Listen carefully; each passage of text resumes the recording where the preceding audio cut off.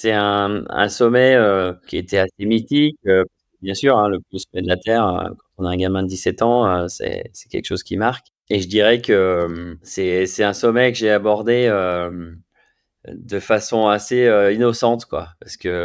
Parce qu'on va dire, je m'étais pas préparé, enfin, j'en avais pas fait, entre guillemets, «une montagne», alors que bien sûr, c'en était une, mais quelque part, j'avais envie de dédramatiser un peu un sommet aussi mythique. Je l'ai abordé d'une façon assez étonnante, assez étrange, moi, j'aime vivre de façon légère et j'avoue que moi, je suis vraiment parti dans un esprit comme ça, super détendu, en me disant: «Ben, je ferai ce que je pourrai, j'irai jusqu'où je pourrai et puis voilà, moi, j'y vais pas pour me geler les doigts, j'y vais pas pour éliser ma peau. J'y vais pour le fun, j'y vais pour être avec mon père et puis on verra ce que ça donnera, quoi». Bonjour à tous, je suis Guillaume Lalu et je suis ravi de vous retrouver dans ce nouvel épisode d'Aventure épique. Aventure épique, c'est le podcast qui vous fait vivre dans chaque épisode une aventure en nature hors du commun. Explorateur illustre, sportif renommé ou encore simple amateur, aventurier du quotidien, Aventure épique est une plongée en apnée, le temps d'une aventure qui va vous tenir en haleine, vous émouvoir et vous inspirer. Les disciplines que vous pourrez retrouver dans Aventure épique, l'alpinisme, l'exploration, l'escalade, le parapente, le vélo, la natation, la voile, le ski et bien d'autres encore. Aventure épique, c'est un nouvel épisode, un mardi sur 2, et le lundi qui précède, un extrait de l'épisode à venir pour bien démarrer la semaine ensemble. Et si vous souhaitez suivre notre actualité au jour le jour et découvrir les coulisses du podcast, rendez-vous sur notre compte Instagram aventureepique.podcast. Bienvenue dans ce nouvel épisode d'Aventure épique. Des aventures en plein air, à couper le souffle. Salut Zeb. Salut! Bienvenue dans ce deuxième épisode d'Aventure épique, le nouveau podcast que j'ai le plaisir d'animer et qui a pour ambition de partager des aventures en plein air, à couper le souffle. Ça va être le cas à nouveau aujourd'hui. Tu vas partager avec nous une de tes aventures épiques. Tu en comptes un certain nombre. Je pense qu'on aurait de quoi faire une saison entière d'épisodes d'aventures épiques. En l'occurrence, tu vas nous parler plus particulièrement de ton ascension de l'Everest, suivi de ta descente en parapente biplace avec ton papa depuis le col sud de l'Everest. Tu es devenu pour l'occasion le plus jeune sommiteur de l'Everest. Tu avais 17 ans à l'époque et tu étais le 15e Français à réussir cette ascension. Et tu as décroché aussi à cette occasion avec ton papa le record d'altitude en vol biplace. Tu es également le seul parapentiste avec Claire Bernier à avoir décollé en biplace depuis le sommet de l'Everest, pas le col sud, mais vraiment le sommet. Est-ce que c'est une aventure à laquelle tu repenses souvent, une expédition qui t'a profondément marqué, avec laquelle tu vis au quotidien, ou est-ce que c'est un souvenir parmi d'autres ? Alors j'y pense, assez régulièrement, je vais dire, régulièrement cette année, puisque c'est l'anniversaire des 70 ans de la première ascension et du coup, ben, ça m'a rappelé un peu tous ces souvenirs assez incroyables que j'ai pu vivre avec mon père à cette époque-là et c'est vrai que c'est un sommet, qui était assez mythique, bien sûr, hein, le plus sommet de la terre, quand on a un gamin de 17 ans, c'est quelque chose qui marque et je dirais que, c'est un sommet que j'ai abordé, de façon assez, innocente, quoi. Parce qu'on va dire, je m'étais pas préparé, enfin, j'en avais pas fait, entre guillemets, «une montagne» dans ma alors que bien sûr, c'en était une, mais où quelque part, j'avais envie de dédramatiser un peu un sommet aussi mythique que celui-là. Donc je l'ai abordé d'une façon assez étonnante, assez étrange, enfin qui m'allait bien, d'une façon légère, quoi. Voilà, moi j'aime vivre de façon légère et du coup, j'ai pas lu tous ces récits, un petit peu qui sont souvent, d'aventures qui finissent mal, où on parle beaucoup des morts, plus des morts que de la joie finalement de la montagne, quoi. Et j'avoue que moi, je suis vraiment parti dans un esprit comme ça, super détendu, en me disant, ben, je ferai ce que je pourrai, j'irai jusqu'où je pourrai. Et puis voilà, moi, j'y vais pas pour me geler les doigts, j'y vais pas pour éliser ma peau. J'y vais pour le fun, j'y vais pour être avec mon père. Et puis on verra ce que ça donnera, quoi. Tu vas nous raconter ça plus en détail tout à l'heure, mais on peut aussi imaginer qu'effectivement, cette sérénité, cette confiance que tu affiches, ton papa aussi a joué un rôle prépondérant peut-être dans la culture et la façon dont lui-même t'a fait grandir et évoluer dans ta pratique de l'escalade, du parapente. Il a aussi probablement contribué à créer ce terreau de sérénité et d'apaisement. C'est quelque chose qu'on voit assez bien d'ailleurs dans le documentaire qui t'est consacré, là, Pabst et Zébulon, sur lequel on voit déjà que tu es finalement très zen à l'approche des objectifs qui sont face à toi. Et tu fais preuve d'une maturité qui est assez étonnante. Voilà. C'est fini pour les compliments, là. Ça fait beaucoup pour. Non, mais c'est assez bluffant de voir déjà très jeune à quel point tu avais du recul finalement et la conscience du risque et finalement que tu avais été bien armé en tout cas pour t'en prémunir autant que possible. Et, la progressivité t'avait beaucoup aidé en tout cas pour l'appréhender avec le plus de sérénité possible. Zeb, revenons-en à nos moutons. Je commence toujours cet épisode en faisant un lien avec l'actualité qui concerne l'aventure dont on va parler dans le podcast. Donc pour ça, je vais sur Google Actualité, je tape Everest et puis je vois ce qui se passe et je pioche une petite question pour démarrer. En l'occurrence, voilà la question que j'ai à te poser. L'alpiniste népalais Kamirita Sherpa a atteint le mercredi 17 mai dernier le sommet de l'Everest. Ça n'était pas une première pour lui, loin de là, et ça lui a permis d'établir un record du nombre d'ascensions sur l'Everest. Est-ce que tu as une idée du nombre de fois pour lequel il a réalisé cette ascension tout au long de sa carrière? Un ordre d'idée en tout cas. Alors non, j'en ai aucune idée. J'avoue que j'ai pas été très Je pense que c'est actif quoi, sur le. 5, 10, 15, 50, 100? Combien de fois il peut être monté à ton Je avis? pense que il doit être peut-être même pas loin des 100, je dirais. Pas loin des 100. Eh ben, écoute, moi j'ai été surpris, comme tu vas probablement l'être, c'est 27. Voilà. Ah ouais, Ouais, j'aurais pensé on va plus. dire, on a J'aurais envie de pensé dire plus. seulement. Ouais, il est guide depuis 20 ans et donc il a atteint pour Ouais. la première fois le sommet en 94. Il a depuis Ok. gravi plus ou moins chaque année depuis et a même dirigé à plusieurs reprises la première équipe de cordistes chargée d'ouvrir la voie vers les sommets. Et donc il détenait déjà le record depuis 5 ans là, avec sa 22e ascension à l'époque. Il avait déjà battu le record. Donc c'est pas tant que ça finalement. Je pensais qu'un Sherpa pouvait monter peut-être plusieurs fois par an, mais c'est visiblement pas le cas. Effectivement, ouais, bon, dans les Alpes, en tout cas, on a facilement des sommets qui sont gravis une centaine de fois. Bon, après, c'est avec des gens qui font ça, mais vraiment très, très régulièrement. Mais en l'occurrence, ma compagne Liv Sansos a réalisé 82 sommets de 4000 en un an et demi. Donc, on peut imaginer que sur ces sommets-là, on puisse en faire peut-être pas autant, mais quand même pas mal. Après, il est vrai que on est sur un sommet qui va être faisable quelques jours dans l'année. Donc, pouvoir le réaliser autant de fois, c'est déjà énorme.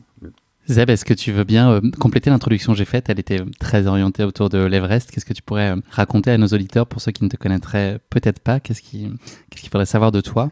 Alors, me concernant, donc moi, on va dire le fil rouge depuis ma plus tendre enfance, ça va être le parapente. Je suis quelqu'un qui adore être en l'air, qui aime voler, qui aime glisser surtout, que ce soit en ski, que ce soit en kitesurf, en windfoil, enfin tout ce qui glisse, ça me procure beaucoup de plaisir et j'adore apprendre. J'arrive pas à être monotache sur une seule activité. J'ai cette curiosité de vouloir toujours essayer les nouveautés. Alors après, je me suis jamais lancé dans le base jump ou la wingsuit parce que pour moi, ça sortait un peu de mon cadre de contrôle, on va dire. J'aime bien avoir un minimum de contrôle sur ce que je fais. Et aussi d'un point de vue de la sécurité, j'ai envie de jouer longtemps et de vivre assez vieux pour partager plein de choses avec mes enfants, avec les gens que j'aime et je me dis que ces sports-là, ils permettent pas, en tout cas pas pour moi, en tout cas d'avoir suffisamment de contrôle pour me dire je me sens dans une sécurité relative bien sûr, mais suffisamment en sécurité pour me dire allez je m'engage dans ce sport-là, quoi. En termes d'âge où tu vis, ce que tu peux peut-être nous dire? Alors au niveau de l'âge, donc j'ai eu 50 ans cette année et là donc je vis entre la Haute-Maurienne et Chamonix où donc j'ai encore un peu d'activité professionnelle en Haute-Maurienne où je fais pas mal de parapente notamment et puis d'activités de montagne sur place et puis comme ma nouvelle compagne est sur Chamonix, de fil en aiguille je me rapproche doucement de Cham qui est un lieu de vie qui est quand même extraordinaire également, donc ça c'est quand même génial, quoi. On n'a pas parlé de l'origine de ton surnom Zeb, donc j'imagine que ça vient pas du tempérament très paisible d'un zébu ou parce que tu étais habillé avec des rayures noires et blanches de zèbre quand tu étais plus jeune. C'est une référence qui est tout autre, Zébulon. Oui, alors la référence de Zébulon, elle vient du petit programme du Manège Enchanté, là, ce petit bonhomme qui était monté sur ressort et qui arrêtait pas de sauter dans tous les coins. Je crois que mes parents m'ont surnommé comme ça. Je devais pas être très calme étant enfant. Et puis finalement, c'est resté parce que j'ai pas arrêté de bouger dans tous les sens et c'est un surnom qui me correspond plutôt pas mal, je dirais. Je te propose justement de remonter le temps et à ta tendre enfance. C'est quoi, toi, les images d'aventure qui t'ont bercé? Ton imaginaire, il était nourri de quoi quand tu étais jeune enfant? Tu rêvais à quoi? Alors, quand j'étais jeune enfant, je rêvais on va dire, en fait, c'est un peu, je suis né dans un milieu qui était déjà assez exceptionnel. Mon père, il était un peu un aventurier dans l'âme. Il faisait plein de choses dans tous les sens et je dirais que ne serait-ce que le voir et voir ce qu'il était capable de faire, d'entreprendre à ski, en, en alpinisme, en escalade et tout ça. J'avoue que dès mon plus jeune âge, ça m'a animé, quoi. Ça m'a animé, ça m'a. Tu ressentais de l'admiration pour lui? Ouais, je ressentais de l'admiration et à la fois, ben, quand on est dans ce milieu-là, c'est normal à la fois. Donc, oui, après, ben, quand je voyais ce qui se passait au niveau escalade, tout ça, les films de Patrick Edlinger, voilà, toute cette époque-là, ça, c'est sûr que ça m'a fait aussi beaucoup rêver. Mais encore une fois, l'escalade, c'est un sport qui demande énormément de pratique, énormément d'investissement. Et à partir du moment où j'ai connu, bah, en fait, bon, dans ma jeunesse, j'ai commencé par faire des petites compétitions de ski alpin, normal, quoi, parce que tous les gamins faisaient ça là où j'habitais. Ensuite, on trouvait que c'était, enfin moi je trouvais que c'était un petit peu, bon déjà j'étais pas hyper performant et en plus, en plus je trouvais qu'il manquait un esprit un petit peu de convivialité entre les autres personnes enfin tous les gamins avec lesquels je faisais ça. J'avais du mal à m'identifier à cette discipline correctement. Et du coup, j'ai commencé à faire pas mal de ski de fond. Et là, j'ai fait pas mal de ski de fond et j'ai trouvé que c'était une bonne approche du sport. C'était un bon moyen de se construire un cœur solide et j'aimais bien cette discipline. Après, au fil des ans, les compétitions devenaient de plus en plus dures parce qu'au début, c'est 5, 10, 15, 20 kilomètres et du coup, ça devenait, là, il fallait y aller, quoi. Il fallait s'entraîner longtemps, donc, effectivement, il y a un moment où j'ai pratiqué plus de parapente que de ski de fond en l'occurrence, et il fallait faire des choix. Donc, je suis parti plutôt dans les compétitions de parapente, qui au final étaient un petit peu moins physiques, mais qui me procuraient beaucoup de sensations et beaucoup de bonheur parce que bah, cette discipline, elle a pas beaucoup de cadres, elle a un cadre, mais on est dans le ciel, dans le ciel, il y a pas de limite, on va où on veut, pour ça, enfin, il y a cette magie là qui est absolument extraordinaire, quoi. Donc on se sent tellement libre et le fait d'être comme un oiseau, enfin, moi, c'est quelque chose qui m'anime à fond, quoi. Et l'escalade, elle a aussi trouvé sa place dans ta vie, pardon, très jeune, à l'âge de 8 ans, je crois, dans les Dolomites, c'est ça? C'est ça, donc assez tôt, donc mon père partait avec des clients et il m'a amené une fois et puis il a vu que je me débrouillais pas mal et puis du coup, de fil en aiguille, il m'a amené de plus en plus souvent et puis on s'est fait plein d'ascensions dans tous les sens. Alors c'était plutôt des grandes voies, c'était pas très difficile, mais en tout cas avec des grosses ambiances montagne.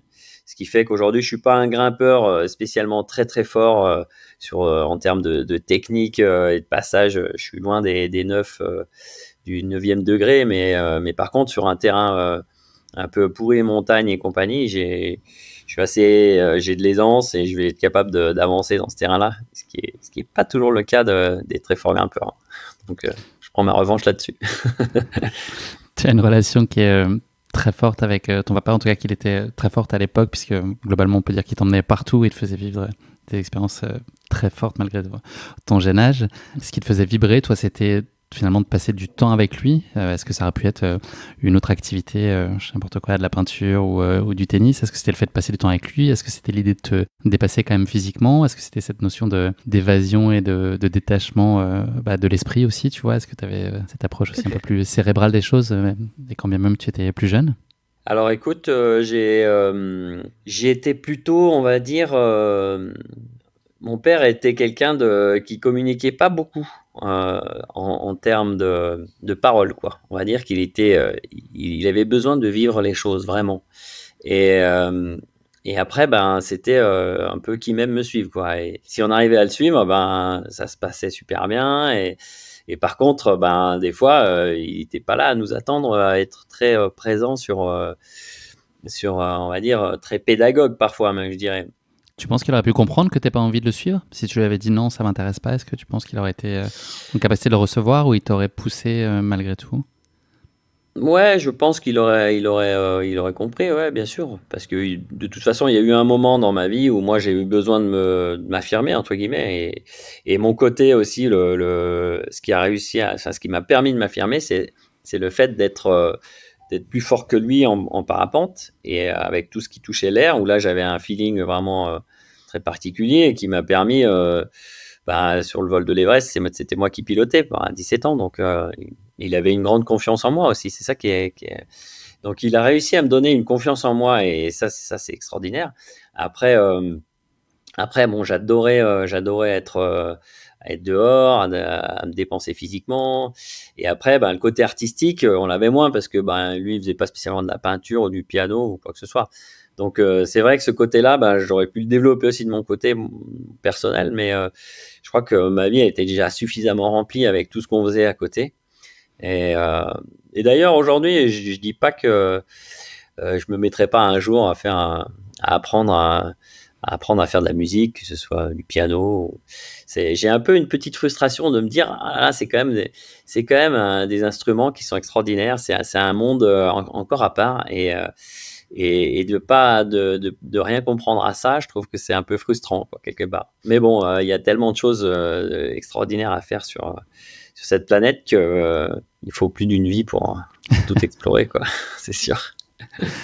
Est-ce que tu as le souvenir de t'accomplir dans un quotidien scolaire à l'époque? Est-ce que c'était le cadre dans lequel tu évoluais? Est-ce qu'il était à ta mesure ou est-ce que tu te sentais peut-être un petit peu en décalage par rapport à toi, tes aspirations au week-end peut-être que tu vivais où tu vivais des expériences assez exceptionnelles ou atypiques? Alors peut-être qu'autour de toi, il y avait quand même une bonne partie de tes camarades qui passaient leur temps dehors à pratiquer du sport, mais voilà, est-ce que toi tu te sentais un tout petit peu en décalage ou pas tout à fait à ta place dans un quotidien un peu plus rangé et structuré? Oui, bah complètement, hein. J'étais pas un brillant élève. Du coup, j'avoue que le fait, en plus d'avoir eu pas mal de périodes où j'étais absent, bon, bien sûr, l'idée c'était de pas perdre le fil complètement. Donc, je suis allé jusqu'au bac et tout ça, mais j'avoue que je pense que je suis enfin, j'étais pas un garçon complètement paumé, hein. J'ai une certaine intelligence. Maintenant. Et je pense que l'école n'était pas vraiment adaptée. Enfin, la façon, le format de l'école dans lequel j'étais n'était pas spécialement adapté à la vie que je menais à côté, quoi. Et effectivement, j'ai pas eu une enfance scolaire, on va dire, complètement exemplaire, où je me sentais complètement à ma place, quoi. Et j'avoue que j'avais plutôt le nez à regarder dehors et à me dire, bon, quand est-ce que ça va être un petit peu actif tout ça, qu'on va pouvoir faire des choses, plutôt que d'être collé dans une salle à essayer de comprendre des principes qui n'étaient pas toujours parlants pour moi, quoi. Les ressorts, ça tient pas bien sur une chaise de classe. Non, Les vraiment ressorts de mal. tribunal.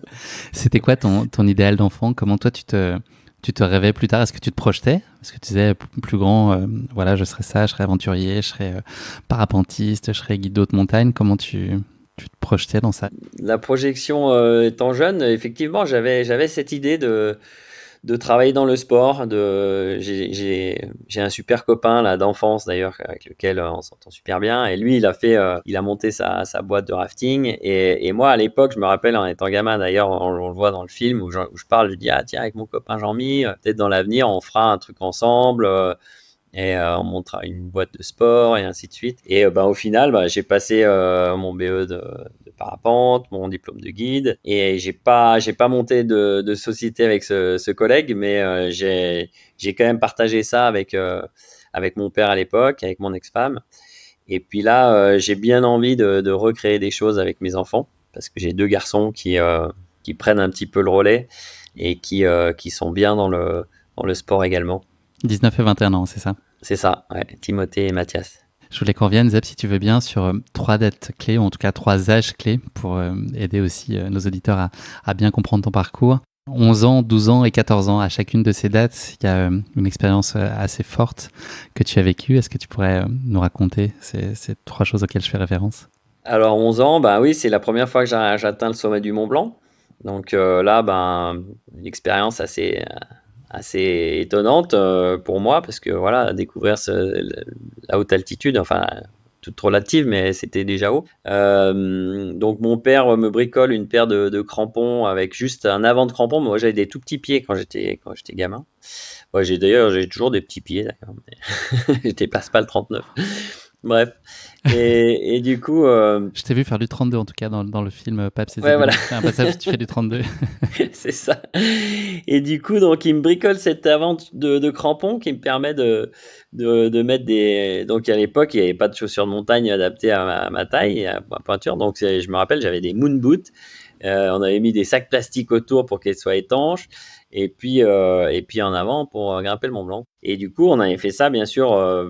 À l'époque, il m'amenait que quand il avait des clients. Hein, et c'était pas on va faire le Mont Blanc que lui et moi. Donc, il avait une cliente et je me rappelle qu'elle était en souffrance pendant toute la montée et la descente, elle avançait plus. Elle était vraiment, elle était collée dans la neige et moi, je rouspétais là, j'avais envie d'avancer. Et j'ai ce souvenir-là assez étonnant. Mais j'avais Tu l'as pas bien eu, évidemment poussé. en tout cas, un petit peu, mais j'ai pas, j'ai pas un souvenir d'avoir souffert spécialement de cette première ascension, quoi. Donc, Et à aucun moment il y a de l'appréhension. alors non, j'ai aucun souvenir de stress ou quoi que ce soit par rapport à ce sommet. Alors, mais c'est vrai que mon père, il me faisait tellement confiance et il était il faisait confiance aux gens de manière générale. Hein. Donc, quelqu'un qui avait aucune idée, on va dire, de ses capacités, il allait lui faire dépasser son potentiel. Grâce à je sais pas, cette énergie qu'il avait, cette joie aussi d'être en montagne. Hein. Donc, il était capable de faire des choses assez incroyables à des gens. Quand on les regardait, on se dit ah ben non, mais ça passera jamais quoi. Mais si, en fait, ça passait. C'est assez fou. Ça, c'était à 11 ans. À 12 ans, c'est les États-Unis. À 12 ans, donc le voyage aux États-Unis, un voyage incroyable. On part pendant un mois. L'idée, c'est de gravir le Nose, qui est une grande voie dans El Capitan, donc une voie qui fait 1000 mètres quasiment. Donc sur une falaise qui part de façon assez raide et qui devient de plus en plus raide pour finir en surplomb, quoi. On est Et qui veut dire 3, bivouac, concrètement. voilà, qui veut dire que c'est une voie qu'on va faire en 3 jours. Donc on va dormir dans la paroi. Et là, bon, moi, je suis pas assez fort, on va dire, pour qu'on fasse ça que tous les deux. Donc il y a un autre grimpeur qui va venir avec nous. Et puis moi, je vais faire les sections qui sont pas trop compliquées un peu en escalade. Et puis tout ce qui devient compliqué vers la fin, là, je suis beaucoup pendu avec des poignées jumards et je rejoins les relais comme ça en montant le long de ces cordes fixées par mon père et l'autre ami grimpeur. Euh, et du coup, c'est étonnant parce que je me retrouve sur le haut de cette face donc il y a plus de 1000 mètres sous mes fesses et moi des fois je suis à 5-6 mètres par rapport à la paroi en train de pendre dans le vide et là je regarde mon matériel et je me dis oulala, faut quand même que ça tienne tout ça parce que c'est très impressionnant. Après, bon, je pesais, je sais pas, 25 kilos, donc ça risquait pas de bouger. Hein, il n'y avait aucun risque avec ça. Et puis du coup, donc au-delà de cette ascension, on en a fait pas mal d'autres, et notamment une où on se retrouve dans une vallée perdue, parce qu'en fait, ce qui se passe, c'est que au début, on voulait faire le film de Paps et Zébulon sur cette face mythique d'El Capitan, mais c'est un parc national et c'était très compliqué d'avoir des autorisations. Il fallait que je sois suivi par un percepteur, un précepteur, ou je sais pas, bref, quelqu'un qui Percepteur, nous c'est si aide. tu dois de l'argent. Ah ouais, c'est ça, c'est plutôt un Un précepteur, précepteur, non? ouais. Un Ouais, un précepteur, je pense. précepteur. Ouais. Ouais, c'est Mm. plutôt ça. Donc, qui était censé faire le suivi scolaire et ainsi de suite, tu vois, comme quoi j'en aurais peut-être eu besoin.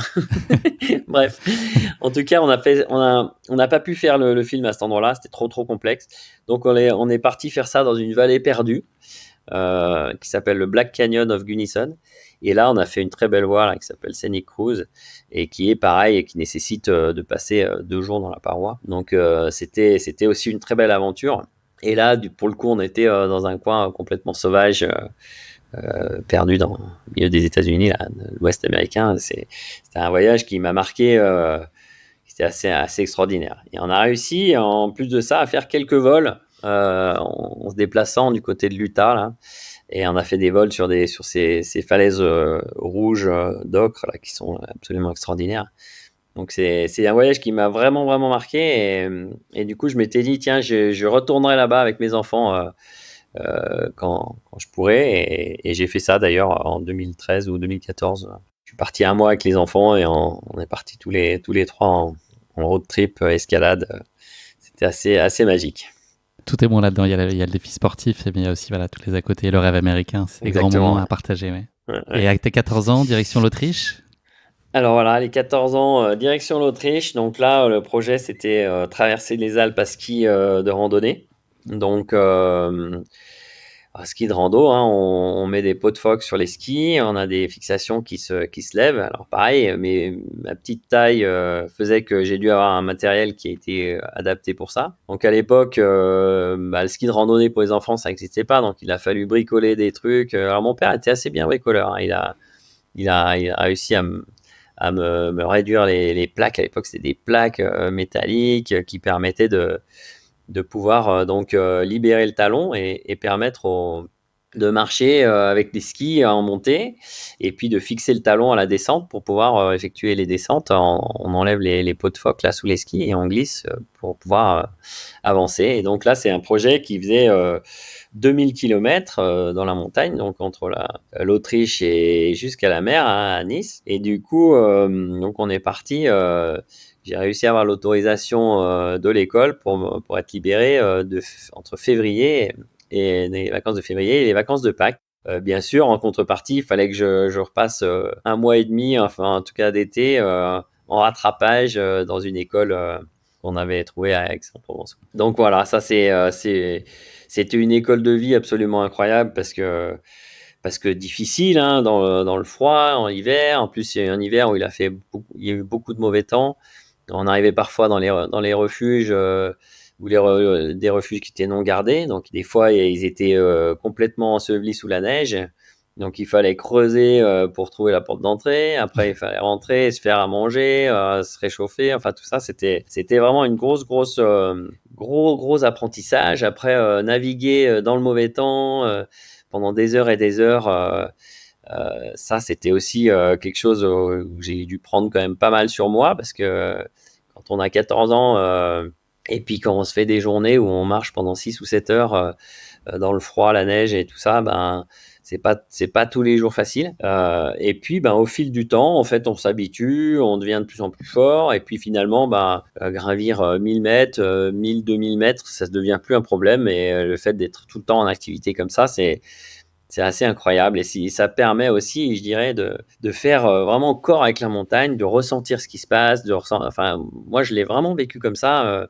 Ça m'a donné une relation à la nature tellement forte qu'on ressent vraiment les choses. On sent s'il y a un danger, on sent s'il y a, si bah oui, là, ça va marcher, on va pouvoir passer, ou alors tiens, la neige elle est comme ci, comme ça, on apprend à lire la neige, on apprend à voir les nuages, on apprend à savoir se nourrir, s'hydrater correctement, et puis à savoir un peu les limites de son corps, parce qu'il y a des moments on pousse, et puis on est un peu au bout de soi, quoi. Donc c'était vraiment extraordinaire pour ça. À quel point c'était difficile pour toi de te reconnecter au quotidien? Quand tu revenais, là, tu avais la tête ailleurs, aucune envie, c'est de te projeter dans la prochaine aventure, dans la prochaine expé? Ou est-ce que tu reprenais le rythme tel qu'il était et tel que tu l'avais quitté? Non, j'étais aussi assez content que ça s'arrête quand même, hein. Donc j'aimais bien ça, mais il y a un moment donné, une vie un Un peu petit plus lit douillet, tranquille, c'est pas un peu désagréable. plus, voilà, un petit lit douillet, une bonne douche. Et ça, effectivement, non, non, là-dessus, j'ai jamais été déconnecté au point de me dire, voilà, je peux plus me réintégrer au monde normal. Alors là, non, j'adore ces changements et c'est ça que je trouve magique aussi, c'est de pouvoir être bien dans toutes les situations, parce que au final, c'est ça qui compte, c'est de réussir à être bien quelquefois en étant tranquille, en faisant rien à la maison ou en étant avec des amis. Bon, j'ai un peu du mal à rien faire, hein, mais mais par contre, j'arrive à être bien sans forcément toujours à me mettre des défis impossibles. Ça, c'est sûr. Tu as été très modeste tout à l'heure sur tes capacités. C'est quoi ce que tu juges être en capacité de savoir faire peut-être un petit peu mieux que les autres ou les sphères sur lesquelles tu as un talent particulier que tu as travaillé, c'est une expérience que tu as construite, mais spontanément, où est-ce que tu penses que tu as des choses en plus? Bon, je pense que avec le papa que j'ai eu, j'ai appris très vite à m'adapter aux situations. Donc ça, c'est un petit peu je me suis mis assez vite en mode de survie entre guillemets, parce que j'avais quand même du stress. Quand on partait faire des grosses fasses ou quoi, je suis pas quelqu'un qui a pas peur du tout, hein. Je suis pas un kamikaze. J'ai toujours eu ce stress de me dire: «Ouh là là, faut pas que je me fasse mal. Ouh là, il y a». Donc j'analyse beaucoup les choses pour me dire: «Bah, voilà, alors comment je vais aborder ça?»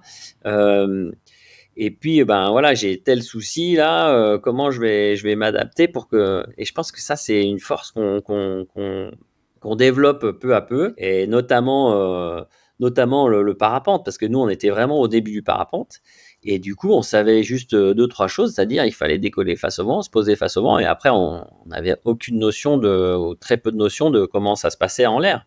Donc, euh, donc ça, je l'ai appris petit à petit. Il a fallu que je fasse confiance à ce que je ressentais. Il a fallu que je sois capable de m'adapter tout le temps, tout le temps, tout le temps pour pas me faire mal à la base. Et donc, je pense que j'ai développé quelque chose là-dessus. Et après, j'avoue que sur le fait de pratiquer tout le temps un sport, que ce soit le ski ou le parapente ou l'escalade, on développe des compétences, quoi, tout simplement. Et là, je vois par exemple sur le ski, quand j'amène des clients et que je vois, par exemple, on a des fois un terrain de ski qui est avec de la neige très changeante. Et ben nous, avec l'expérience, on va être capable de lire cette neige, on va être capable de se dire, ben voilà, ici, il faut que je peux mettre un appui là, un appui là, un appui là, et puis on va skier d'une façon tout à fait fluide. Et les personnes derrière, elles vont arriver, si elles n'ont pas cette expérience-là, elles vont se retrouver à partir dans tous les sens et à pas comprendre ce qui se passe. Et ça, je dirais que c'est quelque chose qu'on développe au fur et à mesure de la pratique, bien sûr, hein. Et c'est quelque chose qui est génial quand on arrive à ressentir cette finesse-là, que ce soit donc en ski, en parapente, c'est pareil. Il y a plein de subtilités qu'on acquiert à force. Cette notion de maîtrise, en fait, qui est très confortable, c'est ça. C'est ça. D'être maîtriser les éléments et ce que toi, qui est sous ton contrôle intrinsèque. C'est exactement ça. Ouais. C'est ce qui me parle. Ouais. Tu parlais de la gestion de ta peur. Est-ce que tu as déjà ressenti que ton papa avait peur pour toi? J'imagine qu'il a tout fait, si c'était le cas, pour ne pas le montrer. Est-ce que tu as déjà senti qu'il avait peur pour toi? Oui, ouais, c'est arrivé parfois mais de manière générale, il montrait pas trop, et puis lui-même, il avait pas beaucoup de peur. Après, il avait pas envie qu'on se fasse mal, donc on faisait pas non plus n'importe quoi. Mais après, ce que je respecte vraiment chez lui, c'est que il avait des idées de faire des choses des fois un peu insensées. Et si moi je lui disais, ben non, moi je le sens pas là. Et il me respectait beaucoup là-dessus. C'est-à-dire que si vraiment je disais, bon, bah là, en fait, dès qu'il y avait un terme qu'il utilisait, il disait souvent c'est jouable. Alors, dès que j'entendais ce mot c'est jouable, pour moi, c'était la lumière rouge. Là, j'allumais tous les voyants en me disant waouh, c'est jouable. Ça veut dire attention, il va falloir ouvrir les antennes et vérifier que c'est vraiment jouable, ou alors c'est jouable, mais c'est qu'il y a beaucoup de choses qu'on va pas maîtriser dans tout ça. Donc je me méfiais beaucoup du mot de c'est jouable. Et à partir de là, souvent, si je chantais pas les choses, ben, je lui disais, ben non, Pas jouable. là, pour moi, ça fait pas. Et là, il a jamais poussé en disant, ok, si, on y va quand même, tu me suis. Et ça, c'est quelque chose qui est génial, parce que du coup, ça m'a pas dégoûté de ce que j'ai pu faire avec lui. Et le fait de se respecter dans ce sens-là, lui, je pense qu'il avait aussi, quand il m'exprimait justement une envie de faire quelque chose et qu'il attendait mon avis, ça lui donnait aussi un élément, on va dire, de sécurité que lui, en tout cas, une marge que lui avait peut-être mis beaucoup plus haut et que moi, je mettais clairement en disant non, là, j'arrête là. Dans d'autres disciplines, tu as participé à des compétitions de très haut niveau, tu as été champion de France de ski alpinisme, tu as participé aux championnats de France, d'Europe et du monde de parapente. La compétition, elle avait quoi comme place dans ta vie? Est-ce que c'était un simple complément à ta pratique et le cœur du sujet n'était pas là?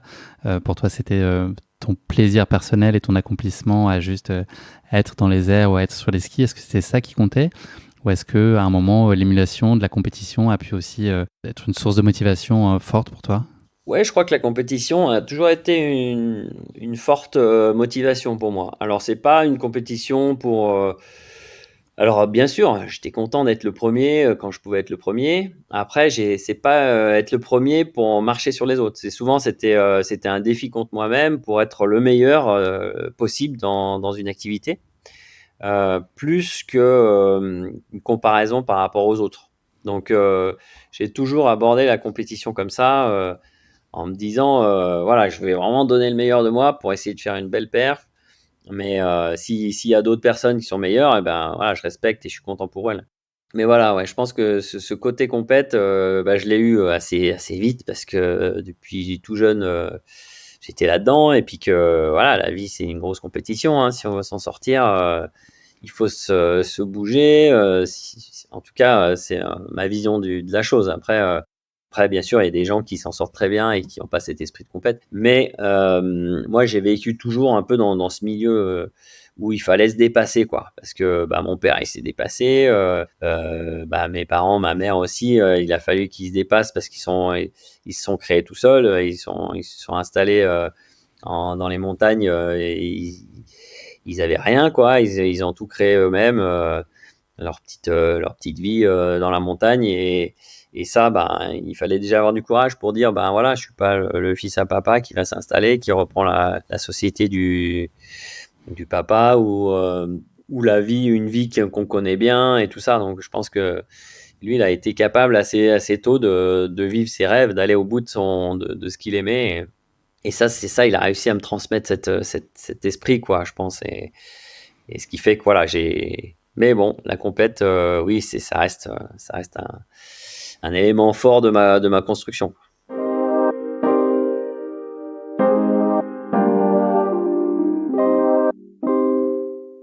On va passer à notre rubrique qui s'appelle l'Instant Plus. C'est l'occasion de revenir sur tes expériences les plus quelque chose. Donc l'idée, c'est que tu me répondes de façon assez synthétique, mais ça permettra de faire un petit tour d'horizon de tes différentes expériences. L'expérience la plus exigeante que tu aies connue jusqu'à maintenant?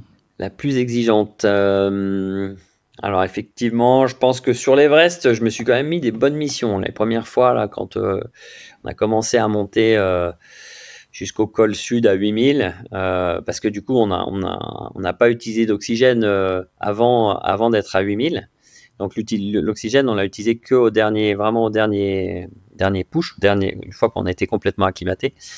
Donc ça veut dire que jusqu'à 8000, il a fallu monter un peu de matériel.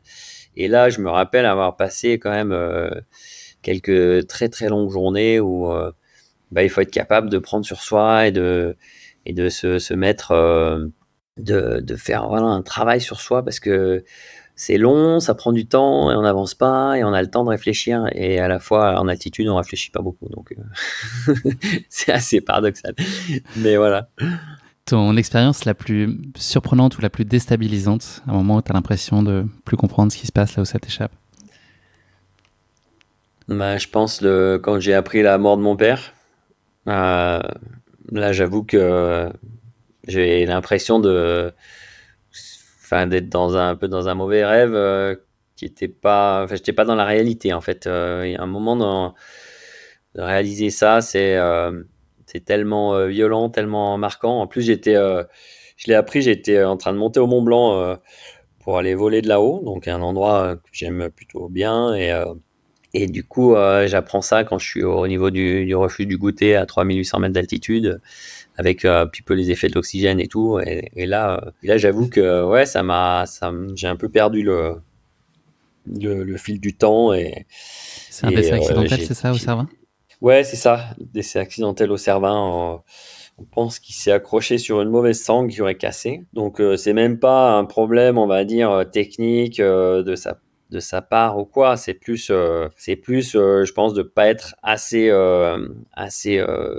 prudent sur tout ce qui est, en fait, le fait d'être tout le temps confronté au danger. Je dirais que le métier de guide, c'est un peu le danger, c'est qu'on est tout le temps, tous les jours quasiment dans un milieu à risque et on s'habitue tellement à ça qu'on n'est plus aussi, on peut avoir des moments où on n'est plus aussi vigilant, je dirais. Et là, il a manqué je pense, de vigilance en se mettant, en s'accrochant sur une sangle qui était probablement un peu trop usée par le soleil, le dégel, le regel et compagnie. Et cette sangle, a priori, a cassé et il est parti en bas comme ça.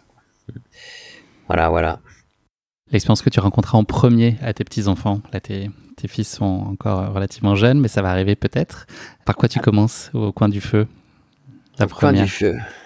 Alors ça, c'est une bonne question. L'expérience la plus... ouais, je dirais peut-être la magie de voler, la magie de s'envoler. Je trouve que c'est quelque chose qu'on peut bien transmettre aux enfants, qui est bien parlant. On a l'image du Père Noël, on a l'image de bah, je sais pas. Pour moi, le vol, ça reste quelque chose de complètement fou, quoi, pour l'homme. Et, ouais, je pense que c'est certainement par là que je commencerai. Je te fais confiance pour avoir la flamme pour animer la passion chez eux en tout cas. Dernière question de cette rubrique, l'expérience ou l'aventure dont tu voudrais revivre les émotions. Alors, l'aventure dont j'aimerais revivre les émotions. Ouais, certainement ce décollage de l'Everest, là, où on est un rampant, entre guillemets, parce que l'alpiniste, il va très lentement à ces altitudes-là, et puis d'un coup, on se transforme en oiseau, quoi. Et ça, c'est une expérience, c'est un feeling qui est absolument extraordinaire. Parce qu'on est là, on est des humains, on est des rampants, on avance tout doucement, et d'un coup, on se retrouve, on est des oiseaux. Et ça, c'est juste magique, quoi, comme, comme ressenti, et puis c'est tellement, à partir du moment où on a décollé, en fait, on est libéré parce que on sait que ça va bien se passer. Et du coup, il y a une espèce de relâchement de tension nerveuse qu'on peut avoir avec toute cette concentration qui nécessite une ascension comme celle-là. Et du coup, d'un coup, là, on sent que ça marche, qu'on est en l'air. Et là, je suis dans mon élément. Donc, pour moi, rien ne peut se passer. Après, c'est pas forcément vrai, mais voilà. Voilà, donc je pense que c'est ce moment-là. Ouais. Zeb, c'est quoi aujourd'hui ce qui entretient la flamme? On l'a compris, tu as démarré très jeune. Est-ce qu'il y a eu des phases peut-être de lassitude? Alors tu expliques aussi que tu fais un peu butiner à droite à gauche différentes activités pour entretenir justement cette envie. C'est quoi la clé? Est-ce que c'est de garder aussi ce regard d'enfant, tu vois, sur la discipline, être conscient de la chance que tu as de vivre ça? Est-ce que c'est ça qui te tient aujourd'hui d'avoir ce regard encore un peu infantile sur ta pratique et beaucoup de légèreté et d'insouciance presque? Alors là, je dirais complètement, c'est vraiment ça, quoi. Il faut vraiment rester avec cette flamme et cette joie de vivre et cette motivation qui vient du jeu, en fait. Du jeu, de chercher à jouer, de chercher à ressentir toujours un petit peu des choses différentes et d'appliquer aussi, moi, ce que j'adore, c'est appliquer les connaissances que j'ai dans un sport à un autre sport. Et par exemple, typiquement, le parapente au kitesurf ou à la wingfoil et la glisse qu'on va avoir sur l'eau à la glisse qu'on aura sur la neige et toutes ces voilà tous ces liens qu'on peut faire entre ces sports, je trouve ça tellement fort que je me dis que c'est vraiment trop chouette de pouvoir tester toutes ces activités là, quoi. Et il y en a tellement et on a tellement de marge avant de devenir très bon dans chaque sport qu'on peut pas être lassé, quoi. C'est juste impossible. Il y a une dernière rubrique dans cette première partie de l'épisode, Zeb, avant qu'on se plonge plus spécifiquement dans ton expé en haut de l'Everest et puis la descente en parapente biplace. C'est la rubrique s'appelle Uno, c'est les questions en rafale autour du chiffre 1. On va faire un petit pas de côté pour connaître d'autres sphères de ta vie. On a pas mal évoqué la partie sportive, la relation avec ton papa. Là, on va aller sur un autre terrain de jeu. J'ai 5 questions pour toi. Si tu pouvais assister à un moment historique, lequel choisirais-tu? Eh ben, un moment historique, je choisirais, je pense, là où le premier homme a été envoyé dans l'espace. Et je m'imagine être dans cette capsule et découvrir la planète vue de l'extérieur comme ça. Je pense que ça a dû être tellement, tellement fou de se retrouver comme ça avec la planète Terre en dessous de soi. Que je me dis que ça devait être un moment que j'aurais aimé vivre. Ouais. C'est ça, j'ai cru que tu allais me dire être devant ta télé pour vivre par procuration ce moment-là, mais non, c'est carrément être dans la capsule. Ah bah ouais, Quitte à choisir. Attends, quitte à pourquoi se choisir. limiter? Ouais, ouais. Si tu pouvais te téléporter là maintenant dans un endroit du globe, on est vendredi, il est 17h30, c'est bientôt le week-end. Là, tu voudrais être où si tu pouvais choisir librement?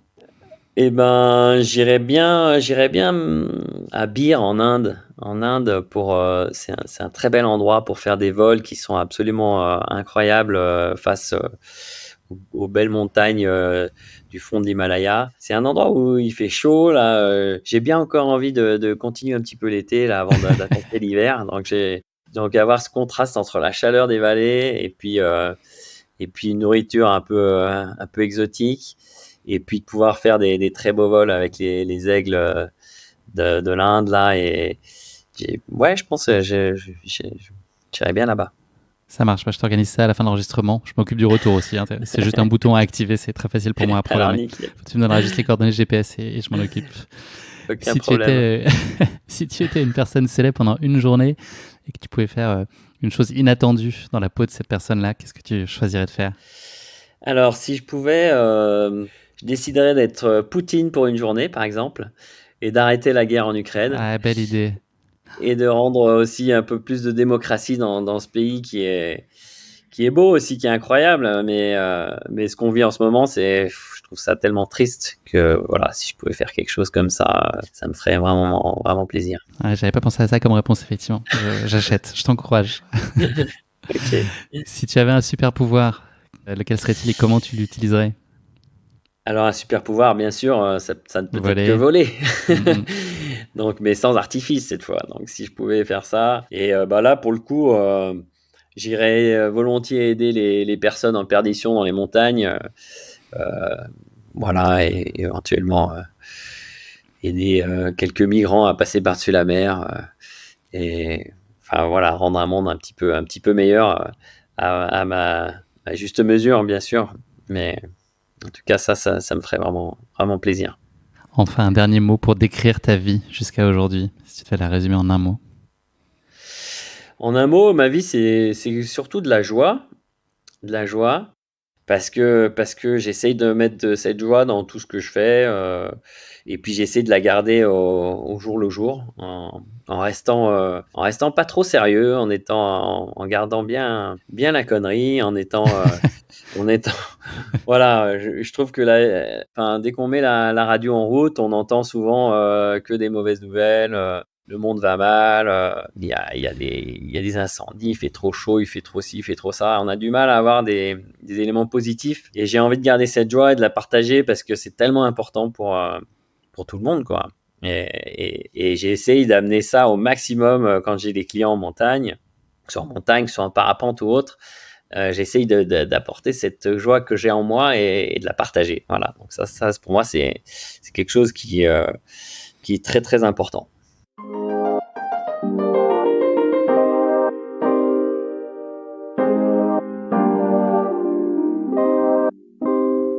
On va maintenant s'attacher à ton aventure épique, c'est ton ascension, puis ta descente en parapente biplace depuis l'Everest. Ma première question à ce sujet, c'est est-ce que tu te souviens du premier moment où vous avez évoqué ce projet avec ton papa, et est-ce que toi, tu avais déjà une fascination pour l'Everest, ou est-ce que c'est ce projet-là qui a un peu éveillé ta curiosité sur le sujet?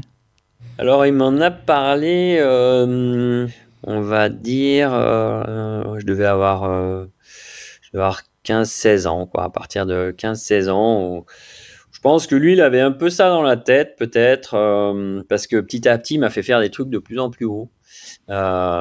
On Il a était allé préparé au son Mont plan. Kenya. Ouais, peut-être bien. Et puis bon, il me semble que donc une soirée autour du feu là, on a parlé de tiens, pourquoi pas aller faire l'Everest.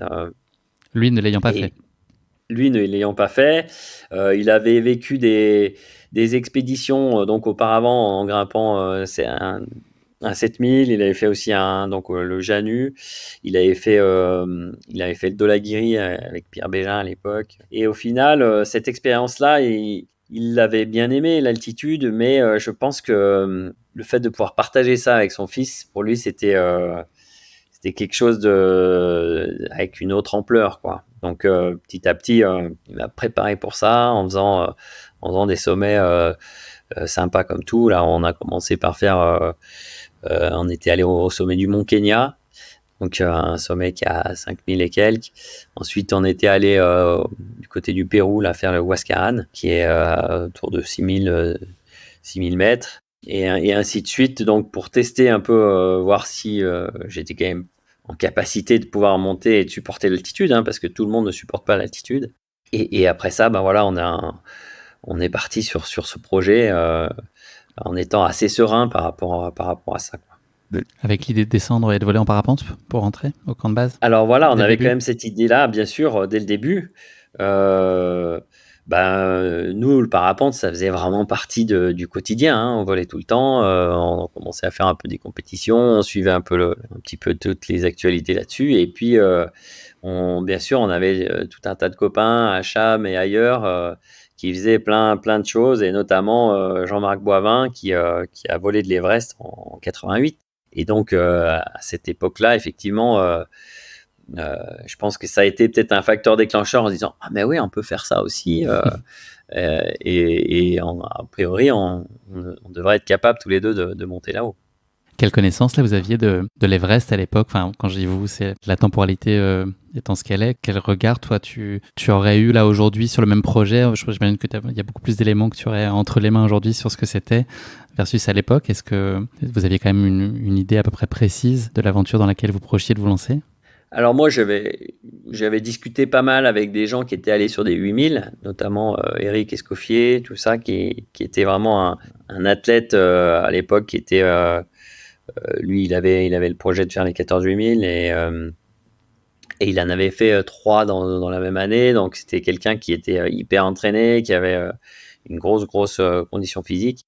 Et en discutant avec lui, il m'avait bien expliqué comment réussir à faire une acclimatation correcte, à arriver sur le terrain sans être stressé, en prenant le temps vraiment de faire les choses et tout ça.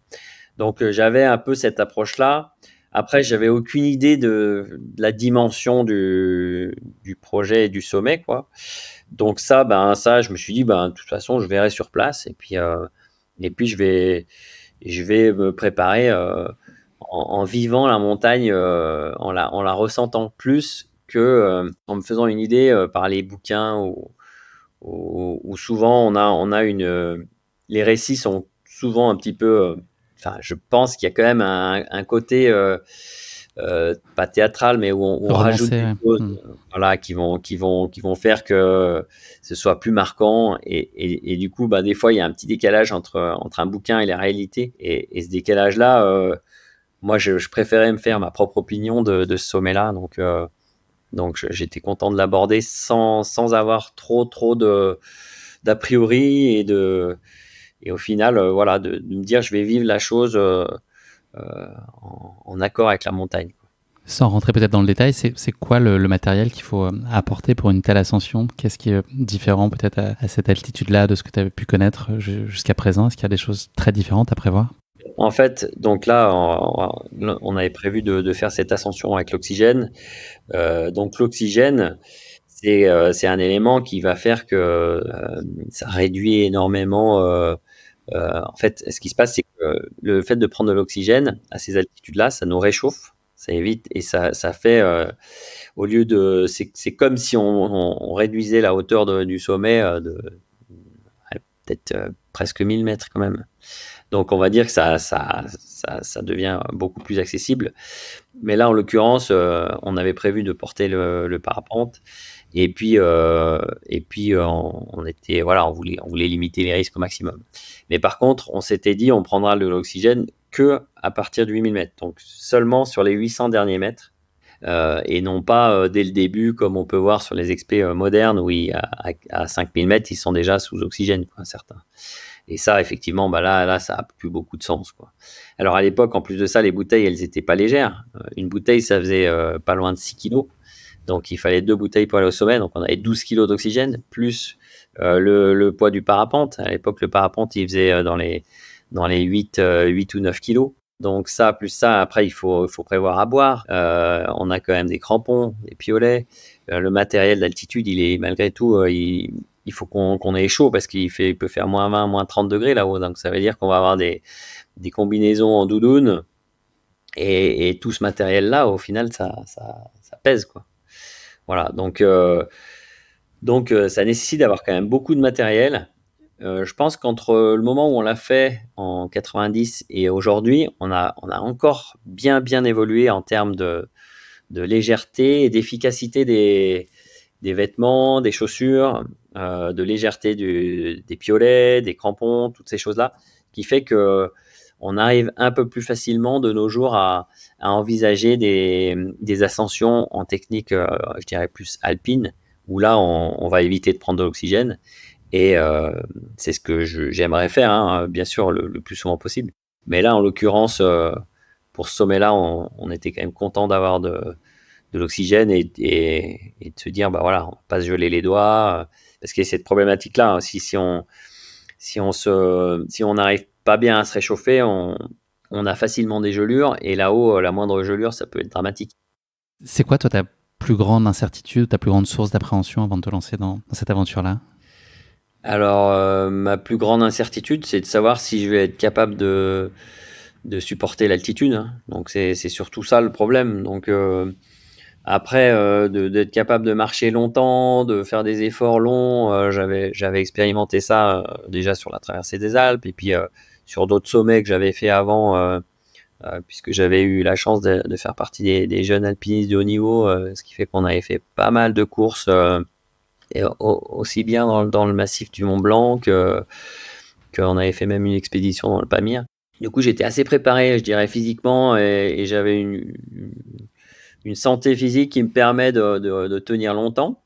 Maintenant, le danger, moi, ce qui me stressait, c'était les gelures. J'avais pas envie de me geler parce que bon, j'ai quand même assez souvent froid aux doigts ou quoi. En montagne, ça arrive souvent, et du coup, je me disais, bon, voilà, si il faut pas se laisser geler les doigts ou les pieds, parce que ça peut vite être dramatique. Mais à part ça, je dirais que j'étais plutôt assez bien préparé, ouais. Est-ce que ton arrivée sur place, elle a été fidèle à ce que tu imaginais? J'imagine que ce moment où tu es à l'Everest, tu l'as rêvé un certain nombre de fois. Est-ce que tu as découvert ton camp de base et puis la montagne telle que tu la pensais?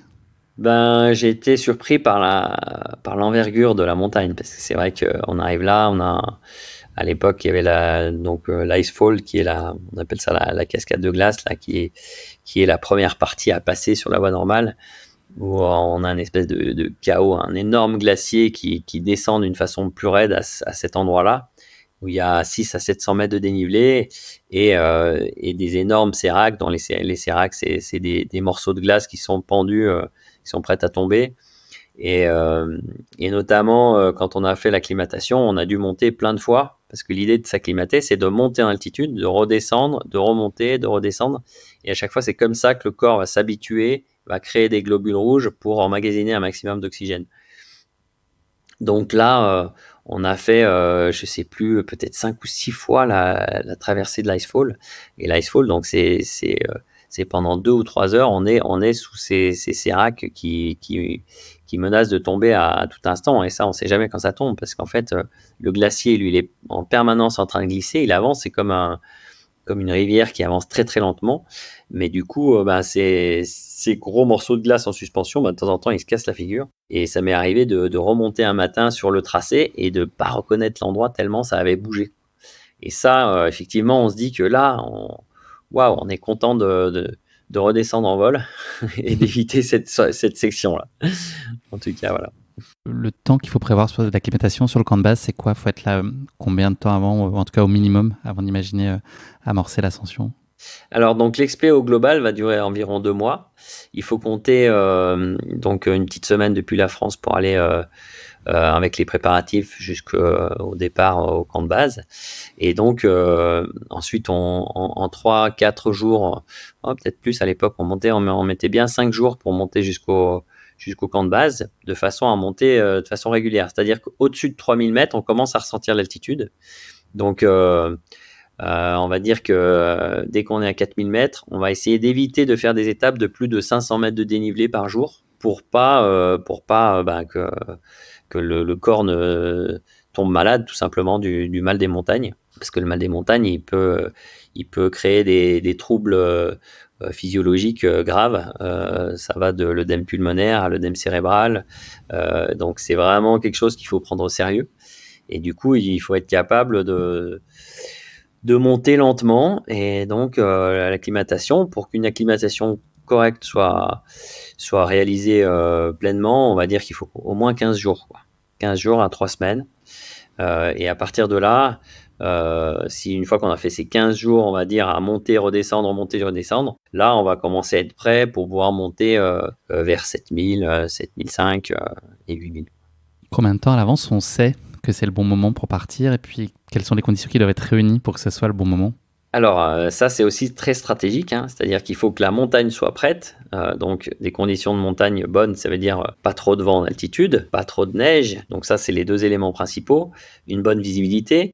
Et du coup, comme l'ascension, elle va nous prendre environ 3 jours, il faut que pendant cette période-là, on fait un pari sur ces 3 jours pour que ces 3 jours soient les plus beaux possibles.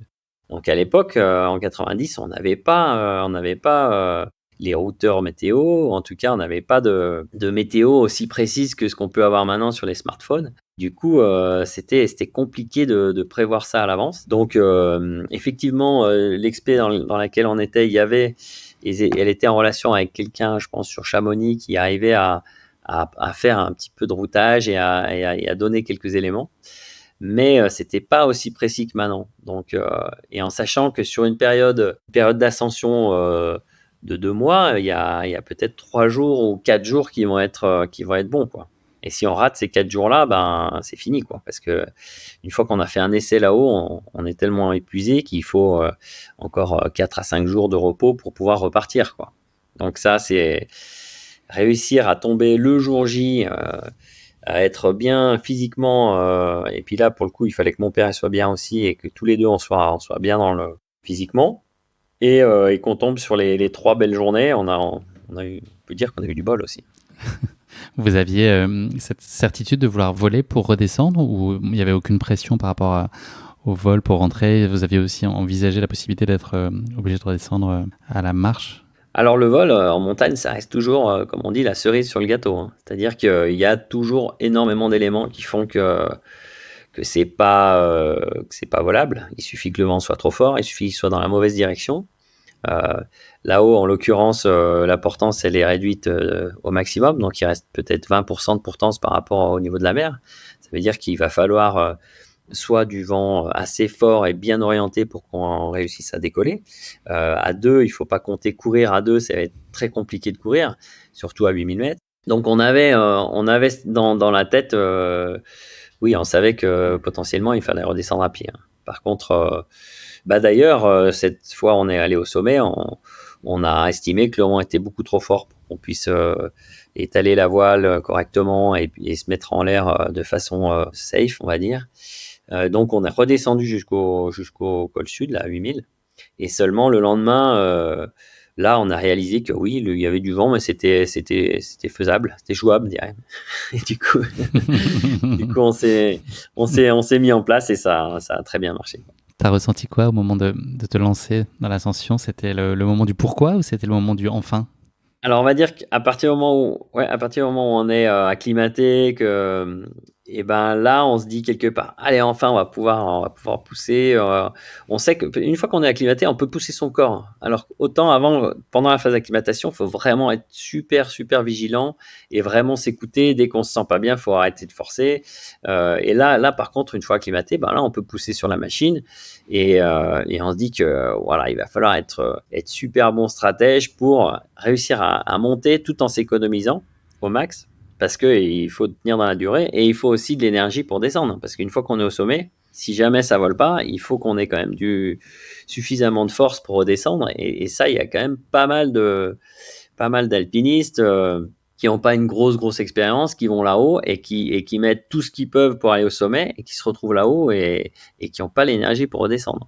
Et cela, c'est souvent, enfin, ça finit souvent en tragédie, quoi. Mais voilà, en tout cas pour moi, une fois que j'étais acclimaté, j'étais très motivé pour aller au-dessus.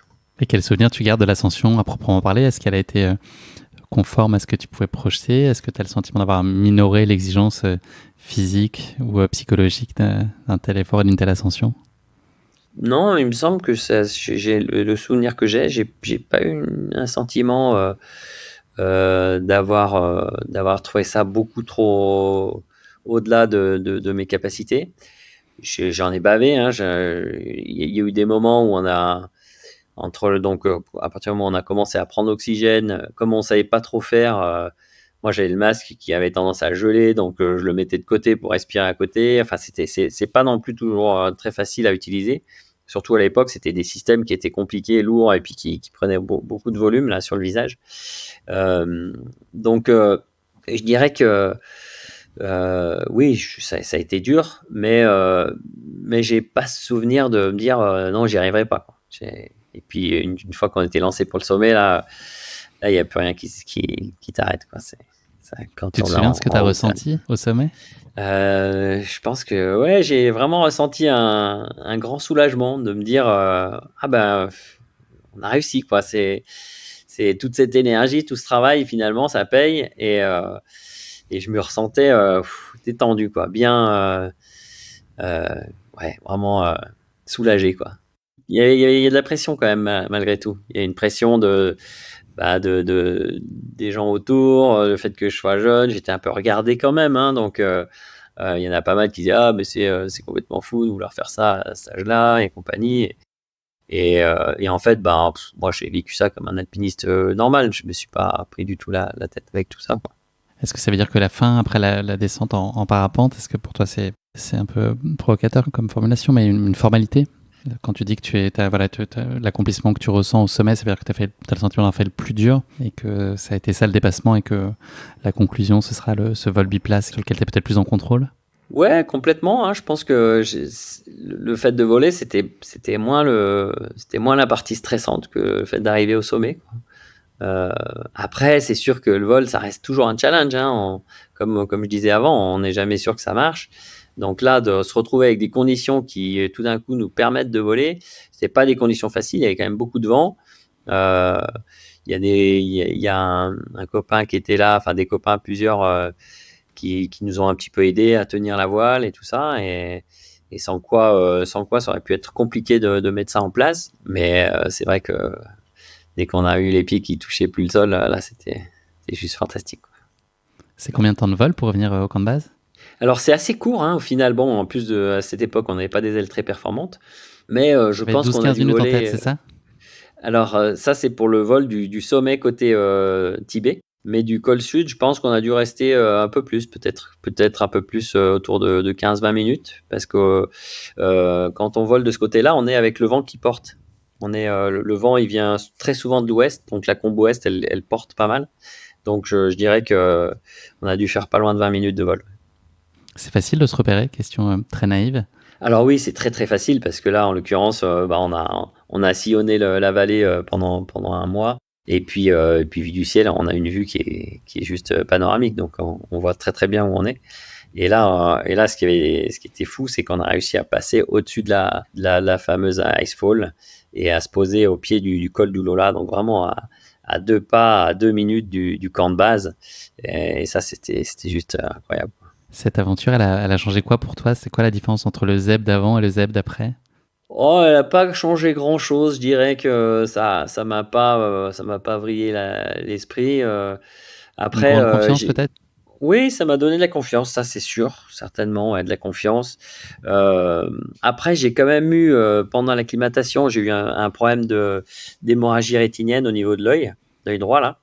Donc, c'est-à-dire qu'on a le sang qui est tellement épais et les vaisseaux tellement fins dans les yeux que j'ai eu un petit vaisseau dans l'œil qui a explosé et juste là où on reçoit l'image. Donc, du coup, au niveau de l'œil droit, il y a eu un moment où je voyais une petite tache rouge qui s'est résorbée depuis, mais j'ai toujours une petite cicatrice quand même qui a fait que après cette expé, on aurait pu se dire avec mon père: «Bah, allez, c'est parti, on va faire les 14 8000, on enchaîne et puis c'est parti, quoi». Et en fait, moi, je me suis dit: «Ouh là, c'est quand même, le corps humain, il est quand même pas fait pour vivre, longtemps là-haut». Et je me suis dit: «Bon, je suis pas trop motivé pour avoir un autre problème aux yeux».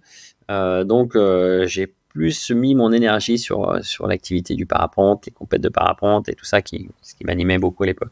Mais voilà, c'est un peu pour ça que je suis pas reparti sur des expés directement après. Je vais te refaire parler de cette aventure, mais sous le prisme des émotions que tu as pu y connaître. Le moment le plus heureux que tu retiens de cette expé?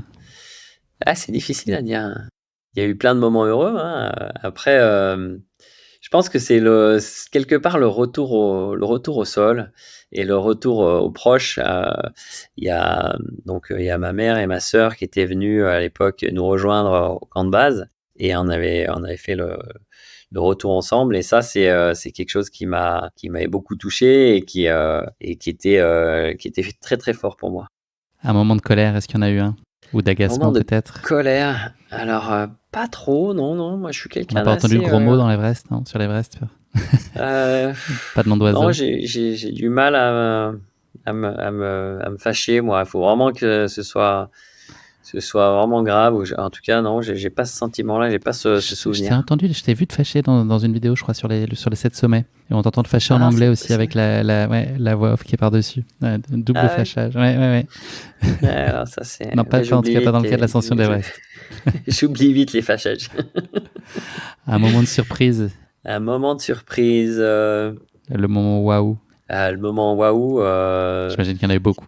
Ouais, bah, je pense que quand on est au pied, qu'on se lève le matin, qu'on voit cette face s'illuminer, et là, effectivement, c'est waouh, quoi. C'est tellement, c'est énorme, c'est la lumière, les nuits étoilées, tout ça, ça m'a beaucoup marqué.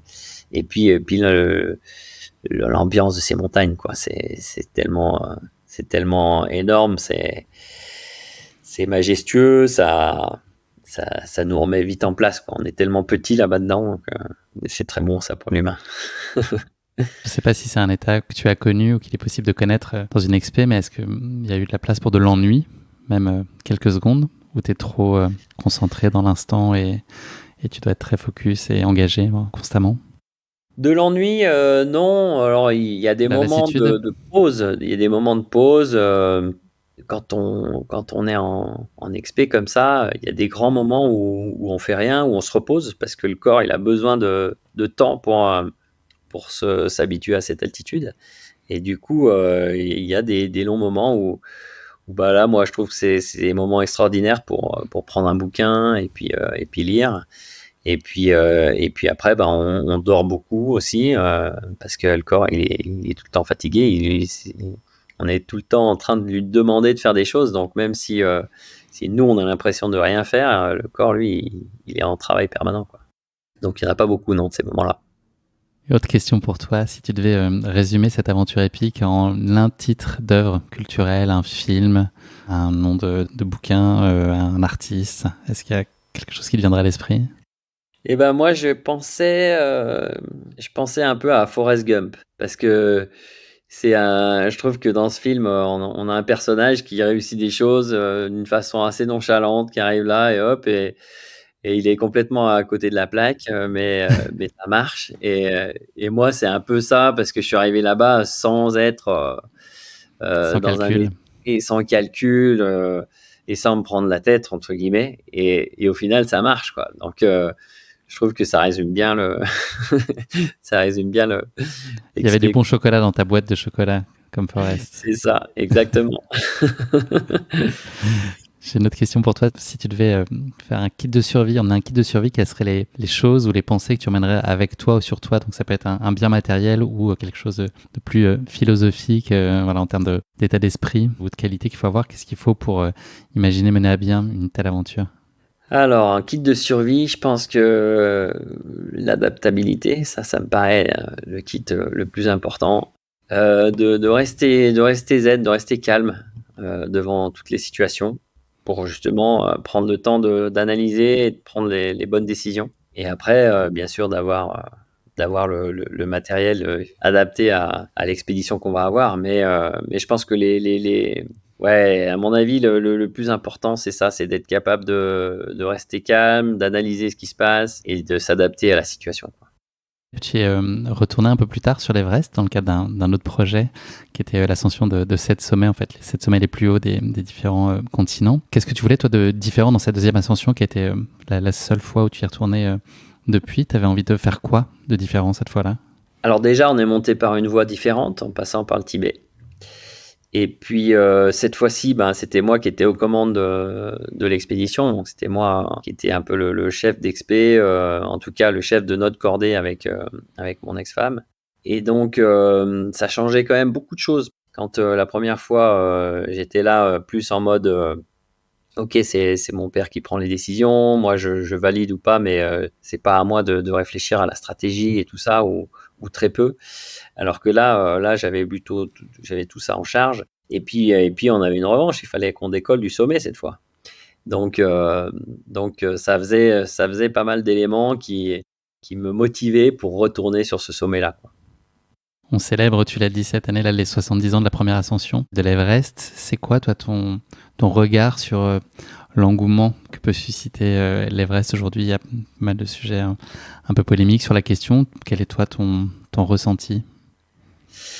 Alors, mon ressenti par rapport à ça, c'est qu'effectivement, il y a, je dirais, il y a presque trop de monde qui vont là-bas sur la période, enfin, en sachant qu'il y a une période d'ascension qui va être très courte et qu'il y a que, voilà, il y a que quelques journées de belles pour pouvoir faire cette ascension.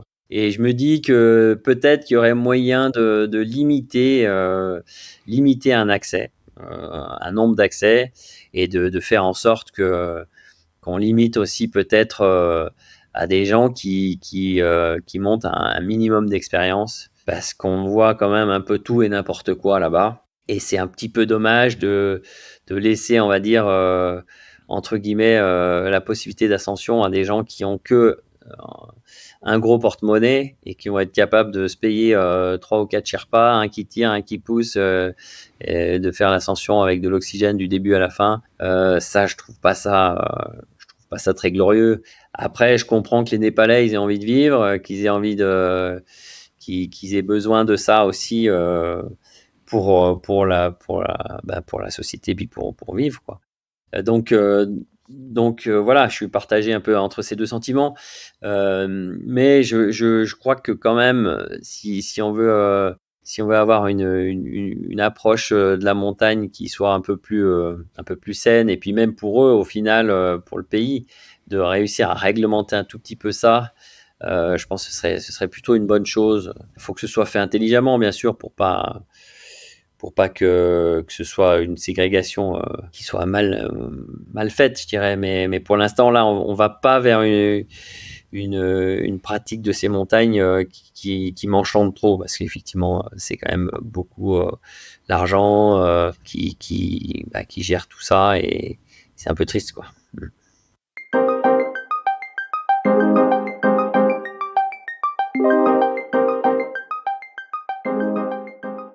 On approche de la fin de cet épisode. On va se parler un petit peu d'avenir maintenant. Zeb, si tu veux bien. Toi, comment tu définis le coup d'après? Comment on trouve sa prochaine aventure, sa prochaine expé? C'est quoi pour toi les critères déterminants de choix?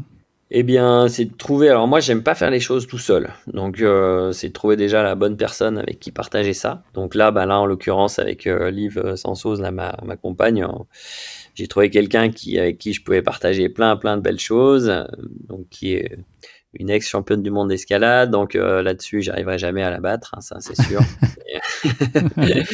Mais par contre, c'est très inspirant pour progresser là-dedans. Et on a elle, donc j'essaye de lui apporter ce côté un peu plus volatile, puisqu'elle est capable de voler aussi en parapente. Et donc on a plein d'idées qui se mettent en place, et notamment on ira très très certainement chatouiller les hauts sommets, quoi. Donc ça c'est un peu dans les tuyaux, quoi. Un teasing un peu évasif. On suivra ton actualité de près. C'est important pour toi d'avoir des projets comme ça de façon constante quand tu clôt un chapitre, d'avoir déjà entrouvert celui d'après, ou est-ce que tu fais bien aussi avec des périodes un peu plus oisives et un quotidien plus habituel, ou est-ce qu'il faut toujours avoir le coup d'avance et en ligne de mire un projet qui t'excite particulièrement? Non, je suis assez capable de revenir sur un mode un peu tranquille et après me remotiver pour un beau projet. Ça, j'adore faire ça. Et je trouve que c'est pas mal aussi ce contraste de pouvoir se dire, ben, on revient dans un mode où on est des gens comme tout le monde, quoi, et on vit simplement. Et puis de se remobiliser pour dire, allez, ouais, il y a quand même ce projet qui me trotte derrière la tête, ce vieux rêve là que je veux réaliser et se remobiliser pour ça. Je trouve je trouve ça sain, quoi. Je trouve ça bien. Si j'ai un peu le sentiment que d'essayer de s'entretenir toujours un truc, on s'arrête jamais. Au final, on finit par se mettre en danger parce que on peut subir la pression des sponsors, on peut subir tout un tas de pressions que on subira peut-être moins si au final on n'a pas cette pression-là en se disant que bon bah de toute façon on fait les choses parce qu'on aime ça et qu'on n'a rien de spécial à prouver. Donc j'aime bien moi ce petit décalage de dire allez hop, je reviens à une vie un peu tranquille là, tout en faisant des Raisonnablement trucs sympas, tranquille. hein. Voilà, c'est ça, tout en faisant plein de choses sympas. Mais j'ai pas le sentiment d'avoir besoin d'avoir tout le temps un projet pharaonique pour me sentir vivre, quoi. Justement, est-ce qu'il y en a un projet pharaonique ou un rêve absolu que tu n'aurais pas encore réalisé, un projet auquel tu aimerais donner vie un jour, pas Alors, forcément après-demain, mais un peu plus tard? alors un projet pharaonique, pour l'instant, non, j'ai des idées, mais je vais pas en parler puisque pour moi d'en parler, ça veut dire peut-être pas les réaliser. Donc voilà, Tu me j'ai le des raconteras dans idées un prochain épisode dans quelques années. avec grand plaisir. On reviendra dessus. J'ai une dernière question pour toi, Zeb. Est-ce que tu pourrais compléter la phrase suivante? L'aventure, c'est... Alors l'aventure, c'est d'être capable de garder cette joie, d'être curieux et de jamais se prendre la tête. Voilà. Et ça, c'est l'aventure parce qu'on va réussir à cultiver cette envie de découvrir les choses, cette envie de sortir de sa zone de confort. Ça, je pense, c'est hyper important. Et c'est ce qui fait qu'on se sent vivre, quoi. C'est ce qui fait qu'on se sent vivant et j'adore cette idée-là. Et on te sent pleinement vivant. Merci beaucoup pour ton temps et puis pour nos échanges qui étaient vraiment haletants. Zeb, on a passé 1h30 ensemble. J'ai absolument rien vu passer. C'est vraiment fascinant et puis admirable de voir une passion aussi vive année après année et puis de constater que finalement tu as réussi à regarder ton regard d'enfant sur ta pratique de cœur. C'est plus que ça, c'est une passion. C'est beau en tout cas de voir qu'elle est aussi vive encore aujourd'hui et puis elle va continuer de l'être encore bien longtemps.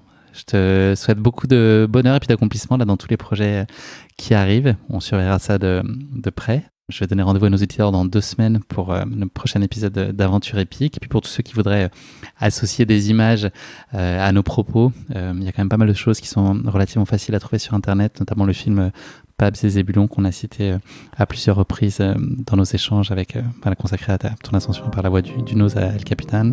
Il y a aussi des choses sur les 7 au sommet, ce que tu avais entrepris avec ton ex-femme Claire. Il y a aussi un film qui existe où on te voit t'énerver, donc très brièvement. Voilà, en tout cas, n'hésitez pas. C'est un chouette moyen aussi de continuer à faire plus ample connaissance avec toi et à découvrir ton parcours de vie. En tout cas, merci de l'avoir partagé avec nous, Zeb. Ça a été passionnant et puis un très bon moment, très agréable. Un grand merci à toi, Guillaume. À bientôt. À bientôt, ouais. Merci d'avoir écouté cet épisode. Si vous l'avez écouté jusqu'ici, c'est qu'il vous a probablement plu. Alors n'hésitez pas à noter le podcast et rédiger un avis sur votre plateforme d'écoute favorite. C'est essentiel pour soutenir ce travail indépendant. Et pour être sûr de ne manquer aucune aventure épique à venir, n'oubliez pas de vous abonner sur votre plateforme d'écoute habituelle. Cela ne vous prendra que quelques secondes et ça change beaucoup de choses pour le podcast. Merci pour votre soutien et pour votre fidélité. Et rendez-vous dans 2 semaines pour vivre ensemble une nouvelle aventure épique, évidemment. Et si vous voulez vibrer d'ici là avec des histoires de course à pied hors du commun, courez écouter mon autre podcast, Course épique.